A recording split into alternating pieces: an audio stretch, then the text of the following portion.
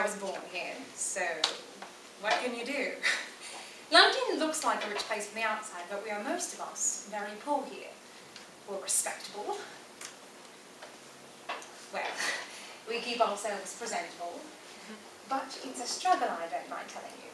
My husband and my boy and me live on Barnet Road, which is a road that goes from Bethnal Green to Haggerston.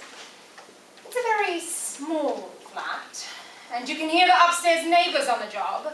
Typically it starts out with a very soft, oh, and then goes into go to, oh God, yes! And by that time you can't make it out of them making love, no murder.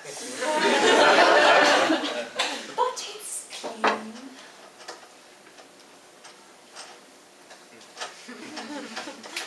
In her 2002 Psychonaut Bulletin and Review article, Dr. Margaret Wilson explains that we as a society offload cognitive work onto the environment. Because of limitations in our information processing abilities, we exploit the environment to reduce the cognitive workload. Author Chris Cleave furthers this claim within the framework of acceptance and the comfort of touch. Incendiary, by Chris Cleave.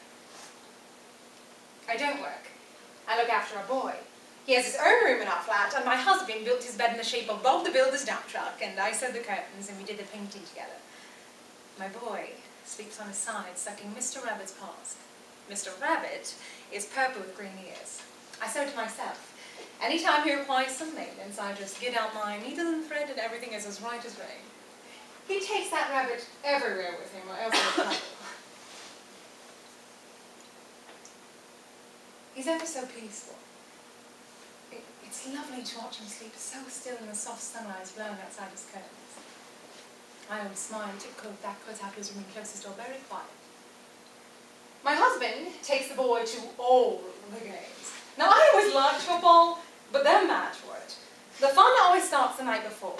Before we put the boy to bed, my husband runs around the flat with the boy on his shoulder singing, "One new to the arsenal," till the upstairs neighbours bang at our ceiling, yelling at us staff off.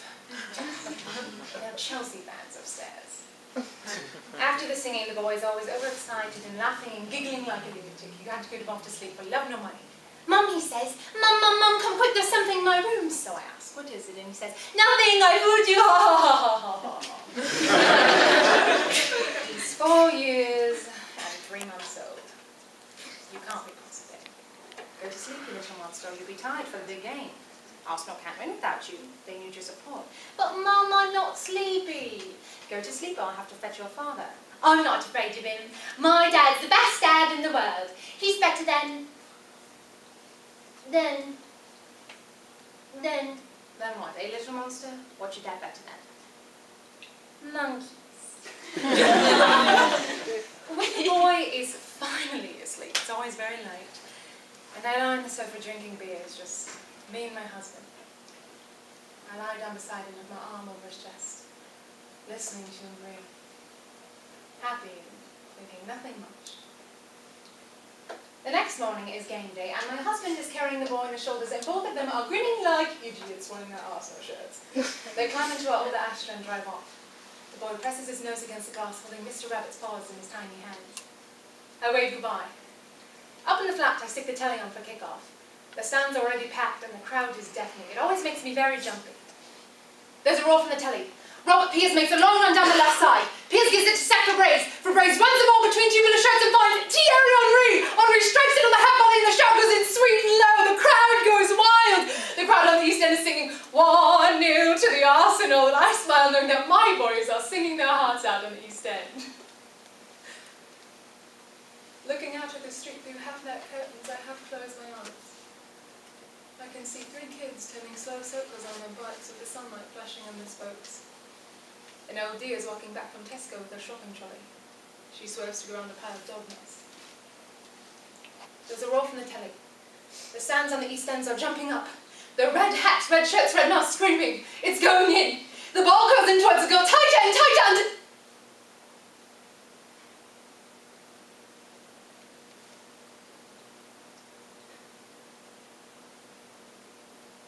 Until the entire East End explodes in flame.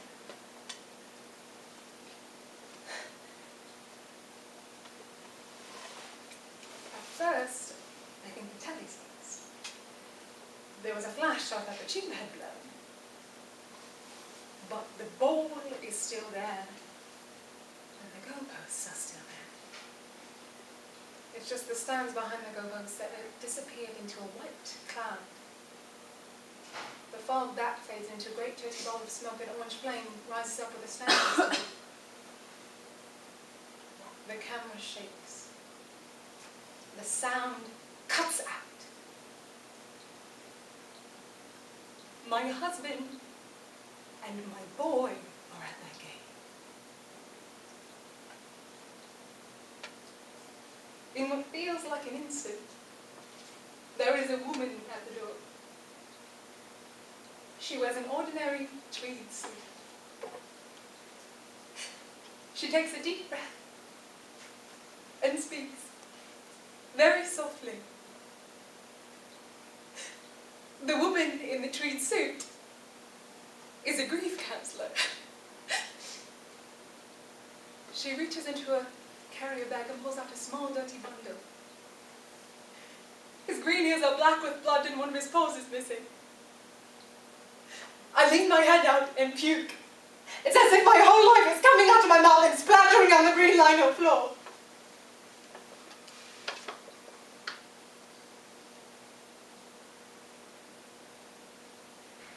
I feel it. The woman stares at me with a strange expression. It isn't cross. It's far away and sad. I'm thinking of those 3 kids turning slow circles on their bikes. Of me lying next to my husband, listening to him breathe. Of my boy lying fast asleep, thinking nothing much. You know, it's strange. But you never notice the big things at first, do you? You see the small things. The things you know just how to fix.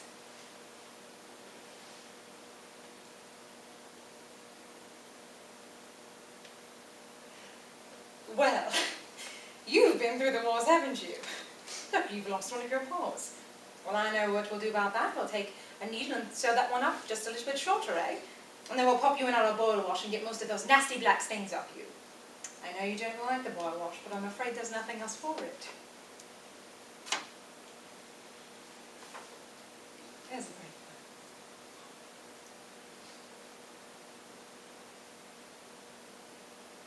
one. I can.